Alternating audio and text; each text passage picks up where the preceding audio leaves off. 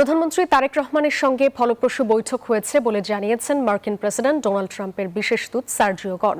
সকালে প্রধানমন্ত্রীর কার্যালয়ে সরকার প্রধানের সাথে বৈঠক শেষে এসব কথা বলেন তিনি। জানান, মার্কিন ব্যবসায়ীরা বাংলাদেশের কৃষি, শিল্প ও আইটি সেক্টরে বিনিয়োগে আগ্রহী। আগামী সপ্তাহেই ঢাকা আসবেন যুক্তরাষ্ট্রের ব্যবসায়িক প্রতিনিধি দল। প্রধানমন্ত্রী তারেক রহমানের সঙ্গে বৈঠক করেছেন যুক্তরাষ্ট্রের দক্ষিণ ও মধ্য এশিয়া বিষয়ক বিশেষ দূত সার্জিও গর। সকালে প্রধানমন্ত্রীর তেজগাঁও কার্যালয়ে এ বৈঠক অনুষ্ঠিত হয়। এ সময় বাংলাদেশ ও যুক্তরাষ্ট্রের মধ্যকার দ্বিপাক্ষিক সম্পর্ক, বাণিজ্য ও বিনিয়োগ সম্প্রসারণ, আঞ্চলিক সহযোগিতা এবং পারস্পরিক স্বার্থ সংশ্লিষ্ট বিভিন্ন বিষয়ে মতবিনিময় হয়।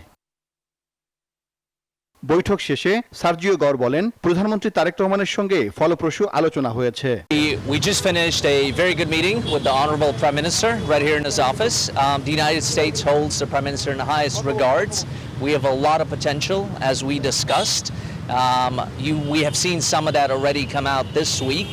We have lowered our travel advisory for Bangladesh, encouraging people to come here, both as tourists but also as an investment climate. মার্কিন ব্যবসায়ীরা বাংলাদেশে বিনিয়োগে আগ্রহী। আগামী সপ্তাহে যুক্তরাষ্ট্রের ব্যবসায়িক প্রতিনিধি দল ঢাকা সফর করবে বলে জানান তিনি। Just next week, we're going to have a delegation visiting of U.S. companies that are looking to invest in Bangladesh. And the message that we want to make sure that gets out there between our two sides is that there's incredible potential. And whether that relates to the pharma industry, whether that relates to IT, there's a lot that the United States and Bangladesh can do together. And we look forward on building on that and taking it to the next level. 3 দিনের সফরে বৃহস্পতিবার ঢাকায় আসেন ট্রাম্পের বিশেষ দূত Sergio গর।